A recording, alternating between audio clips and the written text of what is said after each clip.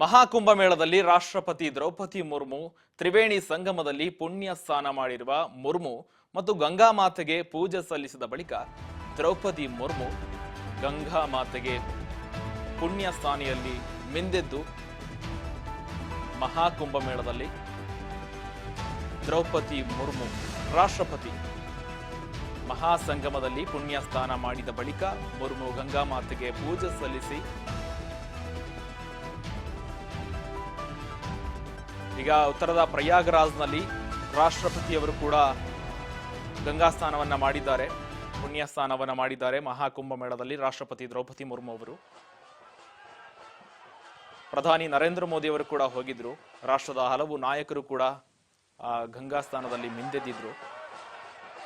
ಮೊನ್ನೆಯಷ್ಟೇ ಪ್ರಧಾನಿ ನರೇಂದ್ರ ಮೋದಿ ಸೇರಿದಂತೆ ಅಮಿತ್ ಶಾ ಮತ್ತು ಯೋಗಿ ಆದಿತ್ಯನಾಥ್ ಕೂಡ ಎಲ್ಲರೂ ಕೂಡ ರಾಷ್ಟ್ರದ ನಾಯಕರು ಮತ್ತು ರಾಜ್ಯ ನಾಯಕರು ಕೂಡ ಎಲ್ಲರೂ ಹೋಗಿ ಬಂದಿದ್ರು.